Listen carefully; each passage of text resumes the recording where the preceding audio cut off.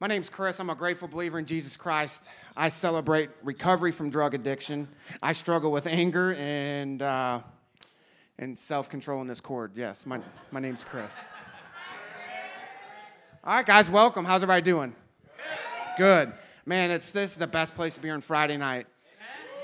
That's right. What's going on here?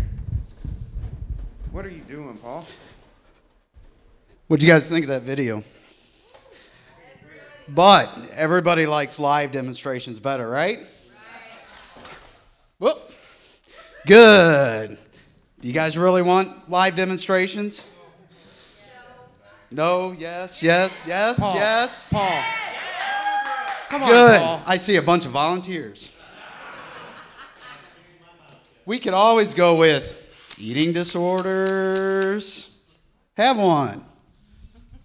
This is, How about guys, I'm not sure what Paul's trying to do here, but anxiety? He wants to play the anxiety part. Oh, definitely you. Definitely you. there went the All right. confidentiality. So, remember how the video went. How about drug addiction? Who wants drug addiction? Woo! Codependency.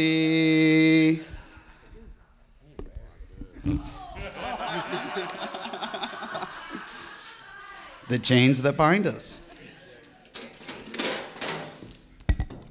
Porn? Anyone? Porn? Ooh, look what I got here. Paul, you were supposed to take the drill bit out. I have found me a bag full of gossip. How about some gossip, everyone? Everybody wants gossip. Ooh. Resentment. We could all Please use don't throw resentment. that one, Paul, please. Woo. My DOC. Alcohol. We having fun yet? You guys ready for the live demonstration? Are you? Let's get Paul, this come on now, live don't do demonstration this. going. This is insane. You know? Actually, you're right. And that's how my life used to be. Insanity. Guys, so this lesson that we actually are about to talk about is not part of the lesson in the Celebrate Recovery 25 lessons. It is, but it's not. So the first part we're going to cover is insanity. The next part that Paul's going to talk about is sanity. You all have lived in insanity before, correct? Raise your hand if you lived in insanity before. Great. I say because if not, then you're probably not in the right place. So there's a reason, look, there's a reason what brought you here tonight and why you keep coming back, okay? It's because a way of living it's the way we lived, okay? So whether it be drug addiction, porn, gambling, food, lust, fear, anxiety, you can, whatever, name it, okay? There's a reason why you're here, okay? Now, there's different forms of insanity that go along with each symptom, okay? So what we're going to do tonight, though, is we're going to talk about addiction, okay? And what we're going to do is we're going to talk about the cycle of addiction, okay? You know what? I forgot my clicker. Wow. Uh-oh. I do not like that. No. So who do I got back there running for me? Maggie? Maggie, go over to the next slide, please. Insanity. Yeah, go get my clicker. In the folder. Anxiety? Yeah, I don't. Control. It's a control thing. Yep. Well, see, anxiety is something that we create. Did you guys not know that? So anxiety is a fear or worry about trying to control something or trying to worry about the future, okay? So when we do all of that worrying and we have this fear of something's not going to turn out the way that we want it to, it creates anxiety in us, okay? Over the long haul, we can be medically diagnosed with anxiety because that's all we know is fear, worry, okay? So over time, yes, you can be diagnosed with anxiety. Can it be fixed? Yes, it can. When you surrender to God, okay, which is our higher power here at Celebrate Recovery. If it's your first time here and you're not too sure about us, just keep coming back. Try us for 4 times, okay? If if you can't see that we're all a hot mess anyway, I don't know where else to tell you to go. That's it. Actually, no. You have to take this and give that to Dalton. Dalton knows what to do with that. He's in denial. See, I don't even need this piece of paper. Okay, so the definition of insanity, it's right there. Okay? We've all been there. Okay? You know what? In my life, man, I for 19 years, I struggled with drug addiction. I would say the first 5 years wasn't really a struggle. It was more a weekend thing, and it wasn't real bad. After those 5 years, it was just, that's all I wanted. Okay? And the reason why is because throughout those 5 years, an obsession started inside of me. Okay? It was a twofold illness. It was the obsession of the mind and the obsession of the body, okay? So my body started craving the drug that I would always put in my body, and my mind would tell me, the serotonin, dopamine would fire back and forth saying, I want that feel-good sensation, okay? So that's what actually the obsession comes from, okay? So yeah, you could be sitting there like, you know what, I'm just not going to do that again. Man, you know how many times I said that? A lot. Those are called firm resolutions. We'll get to those soon, okay? So there's the definition. Doing the same thing over and over again, expecting a different result. Why do we live in insanity? We make that choice. Now, sometimes there's some harm, physical harm, sexual harm, emotional harm that can happen to us, and we don't deal with it right, okay? We still make that choice to not deal with how we bury that pain, okay? So what happened to me was I became restless, irritable, and discontent, okay? When I was restless, I would find anything to do to stay busy or to get high, okay? When I was irritable, I would get angry at and it was usually my wife or my close family members. I would get angry. I would really want to try to control the situation so I didn't look like I was a drug addict, okay? And then discontent. When we're discontent, there's a lot of things that happen when we're discontent. We will become complacent.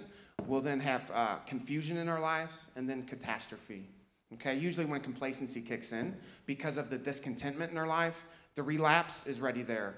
Okay? So whatever drug that you choose to do, alcohol is in that. When I say drug, alcohol is in it. Okay? The relapse has already happened. Okay? So think about that. If you start getting too complacent because you're discontent and you start thinking, you know what, well, I'm just not good enough, or you know what, I can just go do it one more time, it will happen again, okay? So here's the next thing. I have 2 questions, okay? And these are good questions to ask. It says, why can't I start stopping? You guys ever asked yourself that? Why can't I start stopping? I never asked myself that, I'll be honest. I always ask, why can't I stop? But the second one is, why can't I stop starting? So we go back to number 1, and it says, why can't I start stopping? Well, because we're restless, irritable, discontent. We're selfish, self-centered, self-seeking. We're driven by fear. That fear is being caught, okay?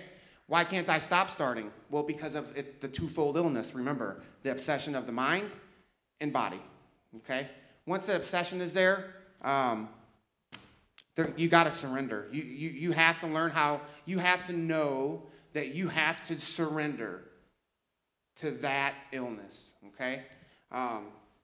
It took me 19 years.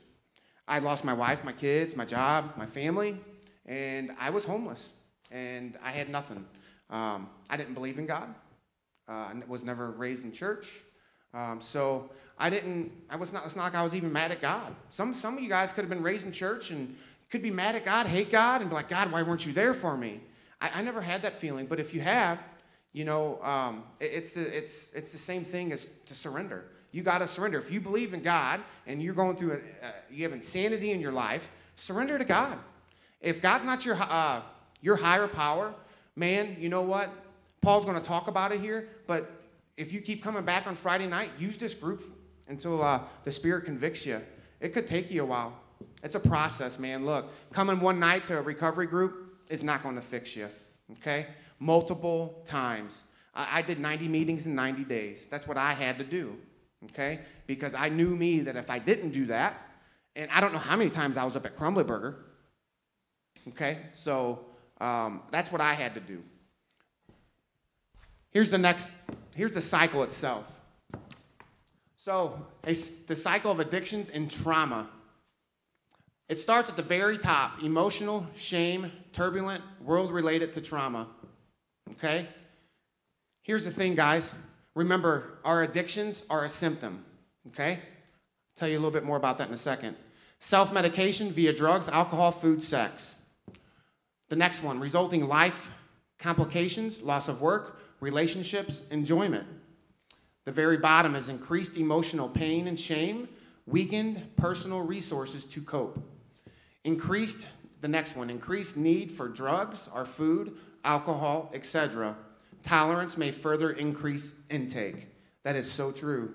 Because the more I used, the more I had to use to get that high again. I was just chasing it. You ever heard of someone chasing the dragon or chasing the high? I did that. And if you went through drug addiction or alcohol addiction, you know what I'm talking about. Life complications, they get deeper. They become overwhelming and they're harder to resolve. Right about here in the middle at the bottom is where we start making firm resolutions. Man, I'm never going to do that again. I'm going to do, you know what? I'll do it one more time, and after this paycheck, I'll never do it. You know what? After I go to rehab, I'll never do it again. I promise. You know what? Better yet, I'll never do it again when my daughter's born. I'll never do it again when my daughter turns 4. Those were firm resolutions that I used. I used every single one of them. And it just kept going around and around and around and around because I never truly wanted to deal with the root cause. There was a root to my addiction, and that was my addiction was the symptom of that. This cycle of addiction, whatever you're struggling with, place it there. I also call it the cycle of sin. It's the same thing.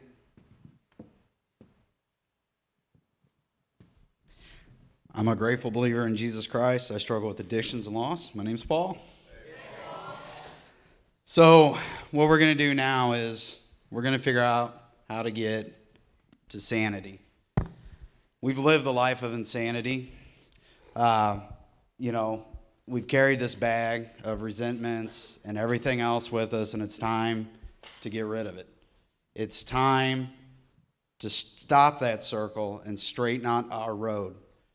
And we're going to start that with the clicker. That hurts. Control issues. Principle 2, earnestly believe that I matter to him and that he has the power to help me recover. Blessed are those who mourn, for they shall be comforted. Matthew 5:4. Step 2, we came to believe that a power greater than ourselves could restore us to sanity. For it is God who works in you to will and to act in order to fulfill his good purpose. Philippians 2:13.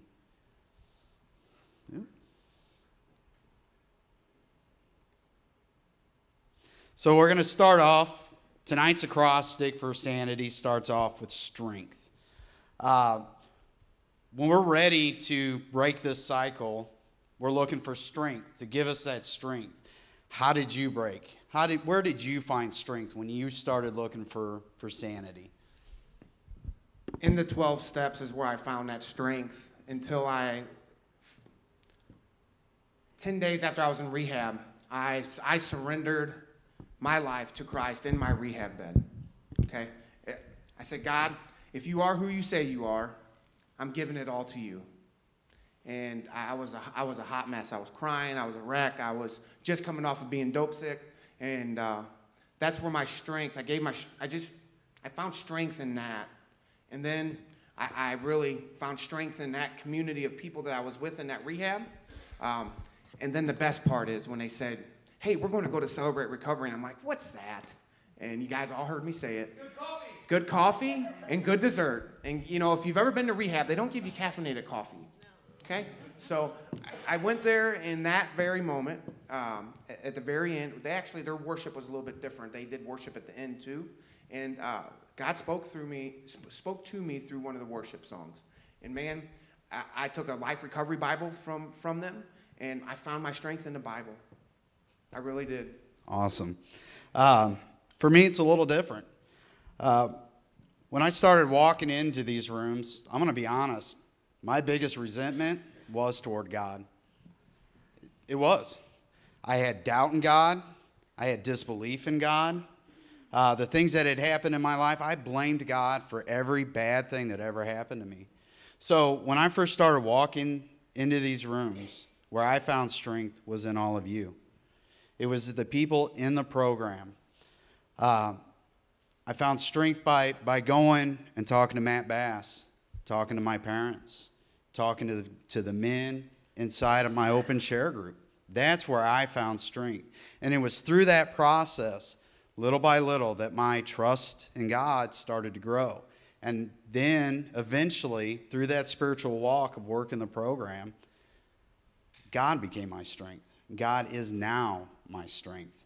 But, you know, for a lot of us here, we're not ready for that. So draw your strength from your open share group. Draw your strength from your family here. You know, it's where you can find it. So the next step... I'm just laughing at that. Hey, we are chained to our addictions, are we not? My flesh and my heart may fail, but God is the strength of my heart and my portion forever. Psalm 73:26. We will. When we try to do it ourselves, we will fail. We're here because we've proven that to ourselves. You know how many times that I tried to do it myself? All 19 of those years. I only went to, I went to 2 rehabs. But it was an outpatient rehab, and it was called ARCA, Assisted Recovery Centers of America. And I went there, and I was there for, how long was I there? A week? So I don't even really count that. So I sit here and look at this program, what it has to offer, and I realize that none of those rehab places, most of them didn't offer what God has offered me, and that was grace and mercy for everything that I've ever done. 19 years of me saying, well, man, I can do this. I can kick this whenever. How many times did I say that, Andrea? Yeah, I mean, I too much. So you know, if you guys think you've been saying it for a long time, I said it for 19 years. You know what? I'll stop, hon. I'll stop. I remember telling my mom and my dad, look, I got this, okay? I'm just, you know, every weekend, it's good. I got this. You know, you don't have to worry about me. Just wanted to share that. The next one is acceptance. This is a hard one sometimes. We got to find acceptance. This is, for me, this is where acceptance is really what the serenity prayer is all about. God, grant me the serenity to accept the things I cannot change. You know what? For codependency, this is probably the hardest, to be honest. It's probably harder than giving up drugs or alcohol. Acceptance. You know, accepting that we can't fix, we can't control people, we can't control the outcomes. But once we start learning to accept that, you know, relying on those people and trying to fix that we just don't have that control anymore, we start to realize that, you know, that insanity that keeps going when we try to fix, and we're always let down, we're always heartbroken, we're always at a loss. It's a part of the vicious cycle. Accept on another Then just as Christ accepted you in order to bring praise to God, Romans 5:17. 15:7. He's still bonded by his chains here. See? Once we start learning to accept one another, we start finding peace. We start finding that our circle is starting to straighten out. Here's a good one. How many of us just absolutely love to drive on the Missouri freeways and highways and through towns? Yeah, we and know all that you do, stuff? Jake. And honestly, how many times have we been cut off? We wanted that was my hardest acceptance, was driving. I mean, I was a road rage kind of guy. I mean, I couldn't go 5 miles without using my middle finger at least 20 freaking times. You know, I mean, that's who I was. But you hear the phrase, you can't fix stupid, right? Yeah. But here's the reality, is you can't fix someone else's sin. You know, you can't. You have to accept that they're sinners in their own battle, and we can't fix that. That there is acceptance.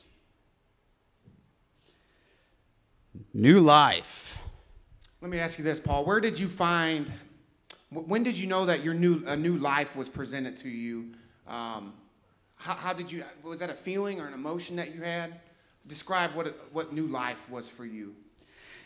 You know, it wasn't a bolt of lightning didn't hit me. I didn't hear angels sing. Well, I just did. Holy cow. That took a little while, guys. I've been in the program for almost 2 years. So, hey, have patience. I didn't hear that. You know, new life for me, I didn't recognize it at first. You know, it was, like I said, coming through these programs, and it was God working through all of you that started working through me. And I started making changes in my life. And some of them I didn't realize I was making. It just started happening. It became part of my nature. But the biggest one was January 8th of last year. And that's when I surrendered to God. I gave my life over. Me, the adulterer, the thief, the guy with anger issues, all this rotten stuff that I had done throughout all my life, and I was forgiven. I was unworthy of forgiveness. I didn't really think that I could ever obtain that. I knew about surrender. I knew that Christ died on the cross. I doubted it. I really did. But when I stopped doubting it, that's when new life began for me. You know. You got the clicker. Therefore, if anyone is in Christ, the new creation has come to the old. Has come, the old has gone, the new is here. 2 Corinthians 5:17.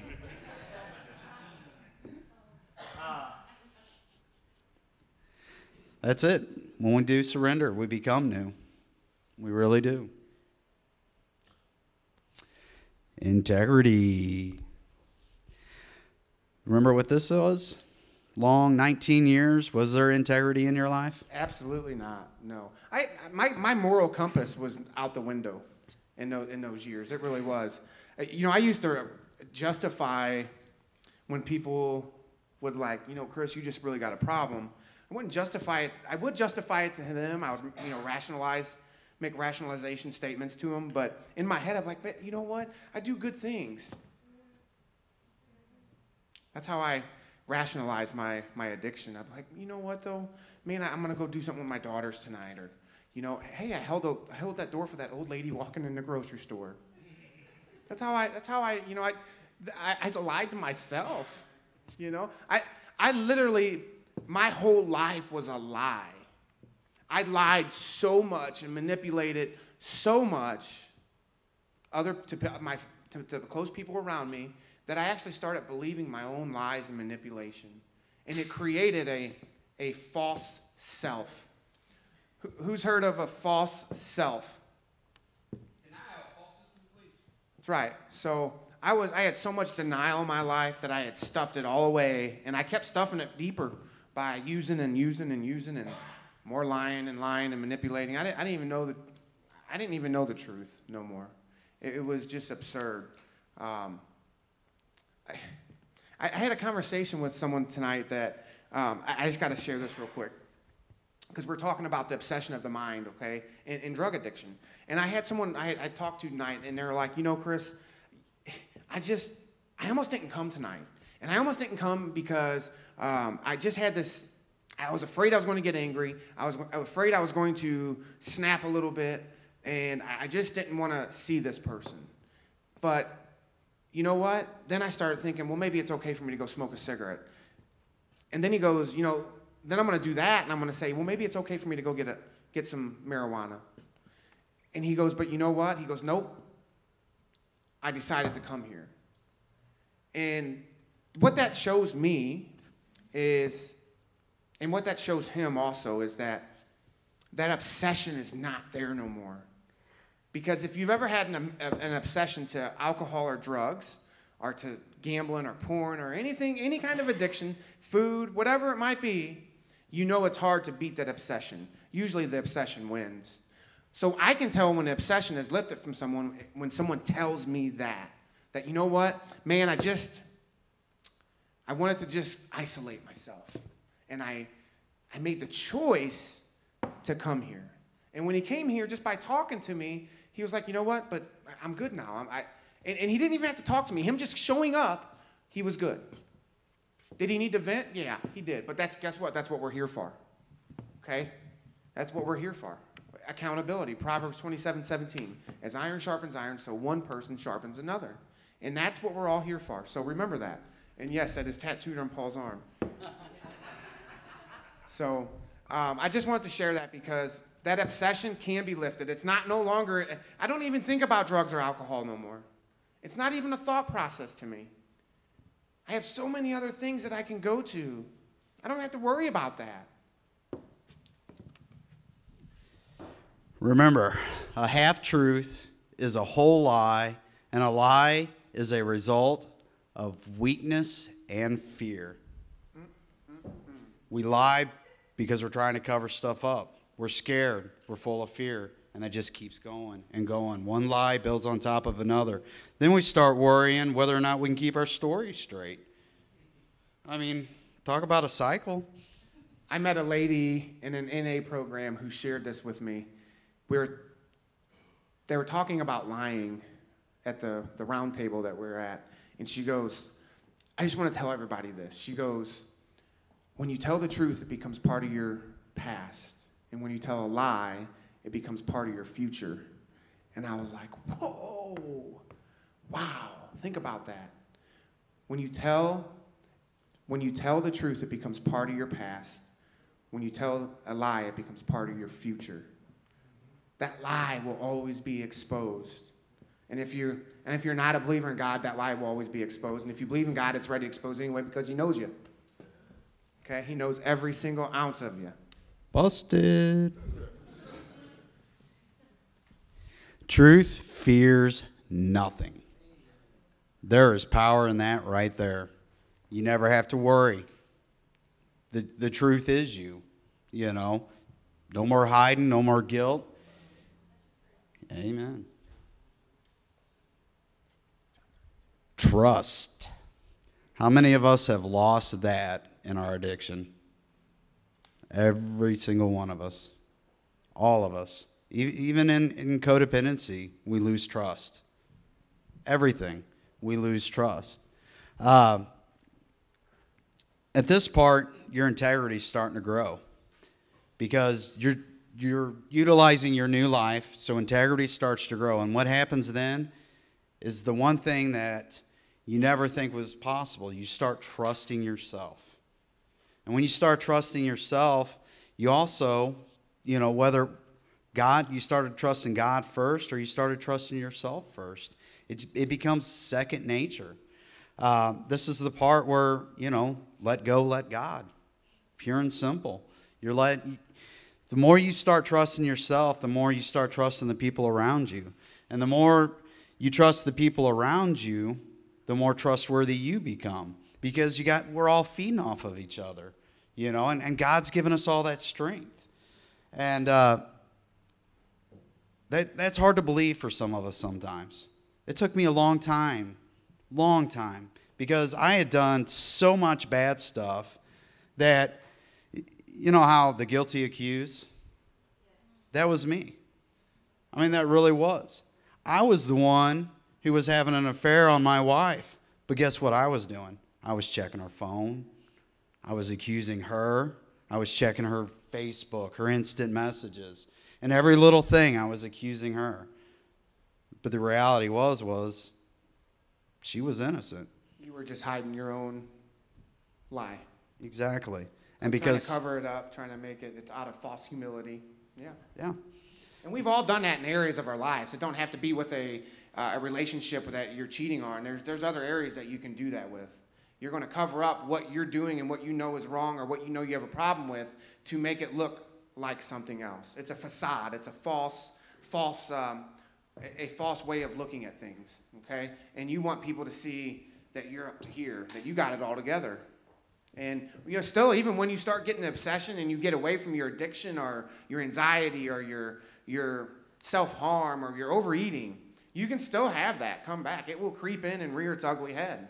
But we can take these tools that we take from Celebrate Recovery and apply them. We can take the tools the truth that we gain from the Bible and apply them. Okay? So it's very important that we fall on those things and we allow our brothers and sisters to hold us accountable. That's what it's all about. Okay? So remember that. You cannot do this alone. If you do it alone, it could be pretty bad. Okay? You might think you'll be able to handle it, and you might for a while. You might be able to handle it for a month, 6 months, a year. But, man, I will tell you it's not going to work for a real long time. And when we're changing in our new life, a lot of us are held back because we don't want to lose our friends. None of us want to lose our friends. But when you start gaining trust and you start having trust, you find new friends. Friends that are better than the old friends. And if your old friends are truly your trustworthy friends, guess what? They'll be in here one time with you. They will. They'll be by your side. You'll realize that real quick. Fear of man will prove to be a snare, but whoever trusts in the Lord is kept safe. Proverbs 29:25. When we're honest, God's going to keep rolling with us. I'm going to share something on that. It says, fear of man will prove to be a snare. Look, guys, if we live up to the worldly standards of today's world, it will destroy us. If you guys don't know that already, man, we're telling you now, it will destroy you. And it's hard. It is hard. We live this life, and it's a big roller coaster. We have up and downs, valleys and mountaintops. But, man, when we put our eyes on the world, it is no good. Man, I'm guilty of it. When I start putting my eyes on the world, my eyes go off of God. They go off of recovery. They go off of you. They go off of her. They go off of everybody. They go off my wife and my kids. But when our eyes are on God, everything else goes back to the right place. And that's something I struggle with. We all struggle with that. It is not an easy thing. I mean, we will all still continue sinning until the day we die. What we're supposed to do is to do at our best ability, surrender that sin and no longer continue doing that same sin. Everybody's sin's going to look different. But we have to make an honest, wholeheartedly effort and not continue doing the things that we once did. We got to start applying what we gain here so that we can become a better person for our wives, our kids, our husbands, our moms, dads, brothers, sisters, and better people for society. And also, if your faith is in God, so that you can continue running this race until the day that we get to meet him. Yield yourself to your new life. This right here, when we finally yield ourselves to our higher power, to God. We can take these chains, these addictions that we're bonded to, and you know what he's going to do? He's going to do something great. He's going to sit there and he's going to come with a key. Don't ever give Jake a power tool.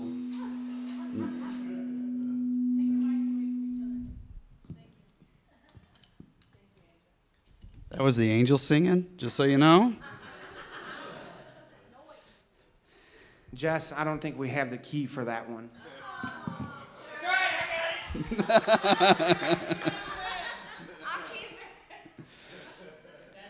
And when God starts, he frees us from our chains. And as part of that new life, we sit there and we turn around to the people around us, and we're able to go up to them and start helping them free them of their chains. We help them carry this baggage. We help them lay it at the feet of the cross. We inspire, we encourage, we love. And all we had to do was one simple thing: surrender. Give up total yieldness to Christ. And that comes with being honest, open-minded, and willing. Look, guys, be honest about everything when you go to small group tonight. If you got a struggle or if something spoke through you or spoke to you through this message, talk about it. If it's on your heart, you need to talk about it. Bring it up. There'll be focus questions in there. But look, if you can't be honest, open-minded, and willing, then you are not able to surrender your hurts, hang-ups, and habits that you have in life. You cannot surrender your hurts, habits, and hang-ups that what brought you here, okay? So, yeah, my hurts and habits look different than what they looked like a year ago. And those are things that I have to hand over to my brothers and allow them to just, lift me up and support me and be there with accountability. That's what we're here for, guys. So do it. I challenge you guys, be honest, be open-minded, and be willing when you go to group tonight. Thank you guys so much. Actually, 2 more things, and then we got to quit. But God demonstrated his own love for us in this: while we were still sinners, Christ died for us. Thank you. And last thing that we're going to actually close out with, guys, no, we're not. No temptation has overtaken you except what is common to mankind, and God is faithful. He will not let you be tempted beyond what you can bear, but when you are tempted, he will also provide a way out so that you can endure it. 1 Corinthians 10:13. 13. Ladies and gentlemen, CR is an escape route. It is. Okay, now we will finish with this.